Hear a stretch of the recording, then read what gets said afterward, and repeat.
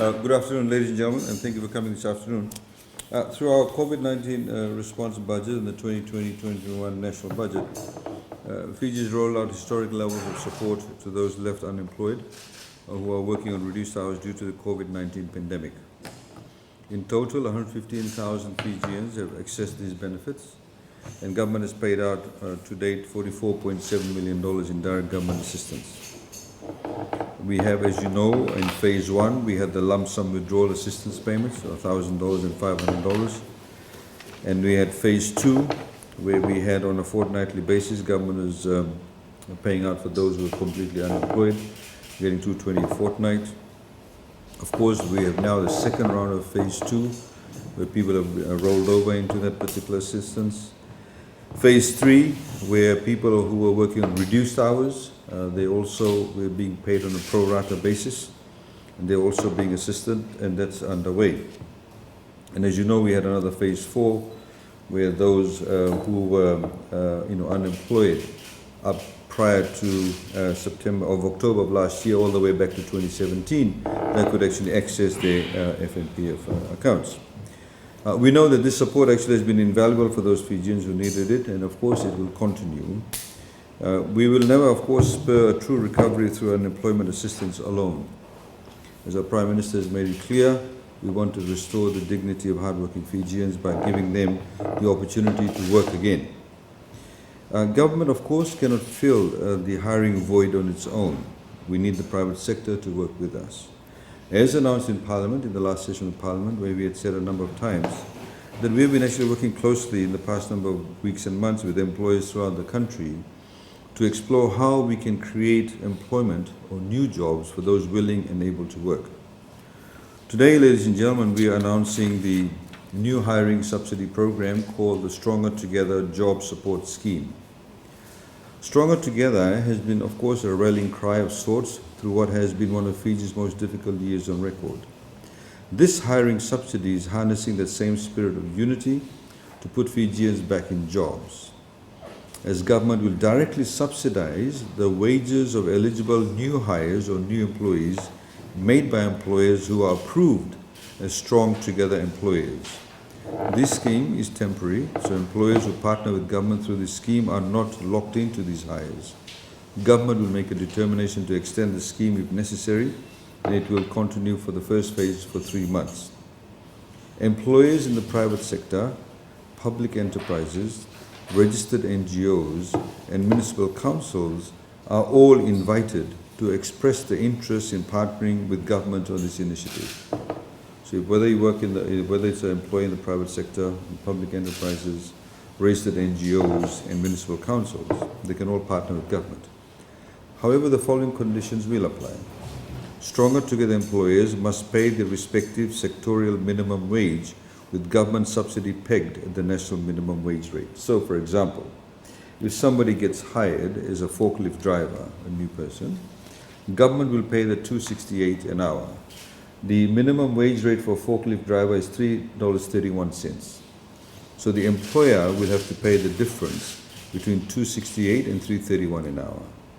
The employer, of course, must also, as the second condition, bear the cost of any FNPF contributions and any other employee-associated costs for new hires to the scheme. So, meal allowance, overtime, somebody may be working on a construction site, so things like wet allowance, all of that has to be paid by the employer.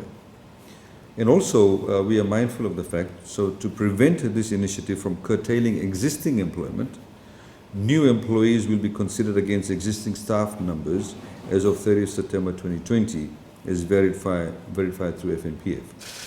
So, we don't want a situation where, say, somebody is currently working for an employer, and then that employer says, oh, I'm going to now get the $2.68 paid for this person, so I'll fire them and I'll hire somebody under this scheme. Those people need to continue to be employed. And of course, Stronger Together employers must pre-approve all new hires with the Ministry of Economy. We have particular preference.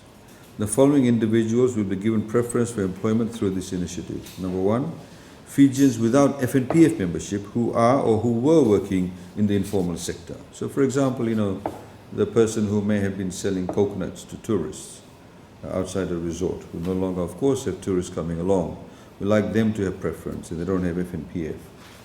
The second group, of course, are Fijians with FNPF membership whose contributions ceased prior to 30 September 2019. So those who may have been unemployed for quite a long period of time, who may actually not have any FNPF account. So somebody, for example, who could have just graduated the second term from the university and may not have a job. So we will actually subsidize their wages up to $268 an hour if they get hired. Of course, Fijians who are currently receiving assistance under Phase 2 and 3 are also eligible for employment through the Stronger Together Job Support Scheme.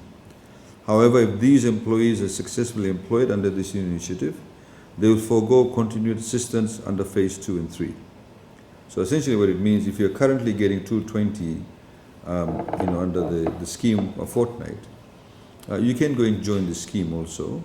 But if you join the scheme and you're getting paid new salaries, of course you won't get the $220. However, in the event they get unemployed after participating in the Stronger Together Job Support Scheme, they can reapply to receive the Phase 2 and 3 assistance, assuming the former employee is not able to rehire them. Fijians who are currently receiving social welfare payments are eligible also for employment under this scheme. However, they will have to forego social welfare payments if they are successfully employed. Recipients of the recently announced Micro, Small and Medium Enterprise Concessional Loan or the FNPF pensioners do not qualify for employment under this new scheme. We have already paid out, I think, close to $15 million in concessional loans for the micro, small and medium enterprises. This initiative will be managed through the Fiji Revenue and Customs Service in collaboration with FNPF, Ministry of Economy, of course, and other relevant government agencies. The advertisements for this go out immediately in social media and also tomorrow in the newspaper. So there are the announcements we'd like to make. Essentially, we wanted to ensure that we create more jobs, obviously, and through the Stronger Together Job Support Scheme, we made this announcement. As you know, that we had indicated this about a month or so ago, when we have been working with it a lot with the private sector and coming up with the various permutations. We urge all employers to take up this initiative. There may be areas, for example, in your place of employment that you could, hire more people, come up with various projects. So we expect, for example, municipal councils may say, look, let's do a particular cleanup of an area, let's do some, increased maintenance. And now that they won't actually have to pay for the employee costs, they can piggyback on this Stronger Together Job Support Scheme. There could be various NGOs. The ones that come to mind are, for example, the Red Cross and various other organizations that they want to hire people. We, of course, have to ensure that all these organizations, including the employer organizations, are up to date with their FNPF payments, are up to date with their tax assessments and the tax payments. And so they'll, of course, be eligible. We have actually said that there is a cut-off date in respect of the application in the third week of October. But as soon as you apply, the sooner you'll be able to be assessed, and then you can start hiring people under this job support scheme. We hope that this will create, at least for the next 3 months, a few thousand jobs where a number of these organizations can take advantage of the subsidy that government will provide.